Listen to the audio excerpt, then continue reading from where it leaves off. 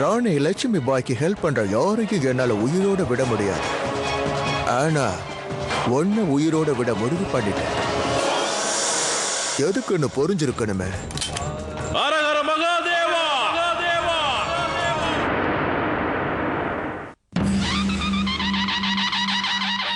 அனைவரும் அவர்களது இடத்திற்கு செல்லுங்கள்.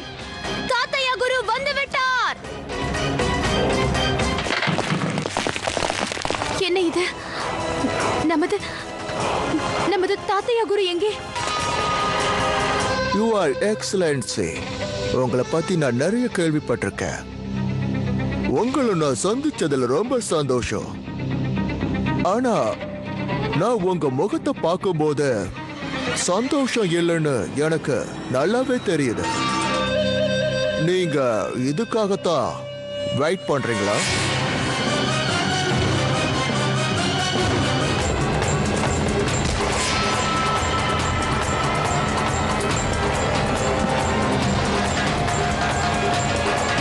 நீ ஒரே ஒரு வார்த்தை கூறினால் கோடான கோடியரின் தலையை துண்டிக்க நான் தயாராவேன்.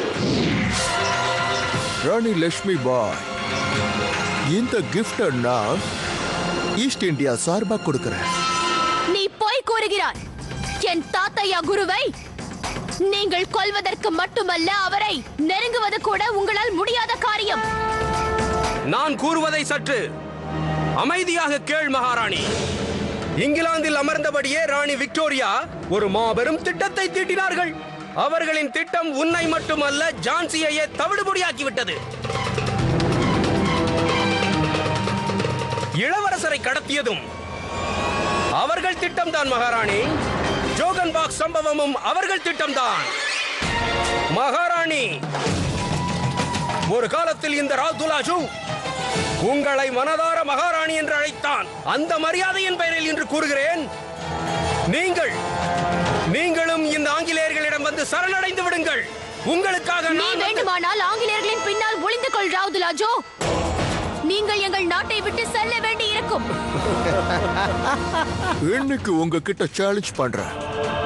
இன்னைக்கு ஈவினிங் பேலஸ்ல நான் டின்னர் பண்ணுவேன். அத நீங்க பாப்பீங்க. Long live queen Victoria.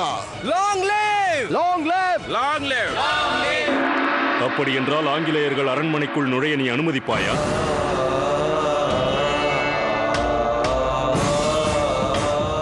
உனக்கு நினைவிருக்கிறதா?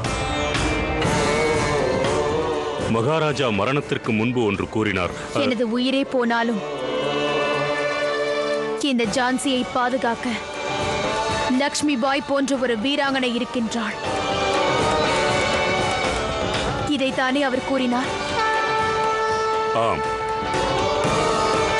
அவர் மனதில் வெகு நாட்களாக ஒரு கவலை இருந்தது.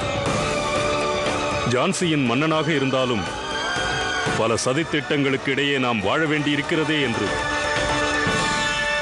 அந்த நேரத்தில் தான் உன்னை மனைவியாக அடைந்து ஒரு புதிய வாழ்க்கையை பெற்றார். தாய்நாட்டின் மீதுள்ள பக்தியையும் பிரஜைகள் மீது நீ வைத்திருக்கும் அன்பையும் கண்டு அவர் சந்தோஷப்பட்டார். அதன் காரணமாகத்தான் அவருடைய போர்வாளை உனது கையில் ஒப்படைத்தார். மனு, இந்த போர்வாள் வெறும் ஆயுதம் அல்ல, இதுதான் ஜான்சியின் கேடயம். இந்த ஜான்சியை மட்டுமல்ல, பாரதத்தையே காக்க வேண்டியது நமது கடமை. யுத்தம் என்பது பூமியை கைப்பற்றுவதற்காக மட்டுமே புரிவதல்ல, யுத்தம் என்பது நமது சுயமரியாதையை காப்பதற்காகவும் புரிவது. பணம், புகழ், பெயர், அந்தஸ்து இவை அனைத்தும் மண்ணோடு மண்ணாகிவிடும். ஆனால் இந்த போர்வாள் அழியாத நமது சுயமரியாதையை என்றென்றும் காக்கும். இந்த போர்வாள் நம்மிடம் இருக்கும் வரை பாரதத்தின் சுதந்திரத்திற்கான தீஜ்வாலை அனைவரின் மனதிலும் எரிந்து கொண்டிருக்கும். நீ நம்பிக்கையை இழந்தால் அதன் பிறகு ஆங்கிலேயர்கள் இந்த அரண்மனைக்குள் சுலபமாக நுழைந்து விடுவார்கள். பிறகு உன்னால் தடுக்க இயலாது.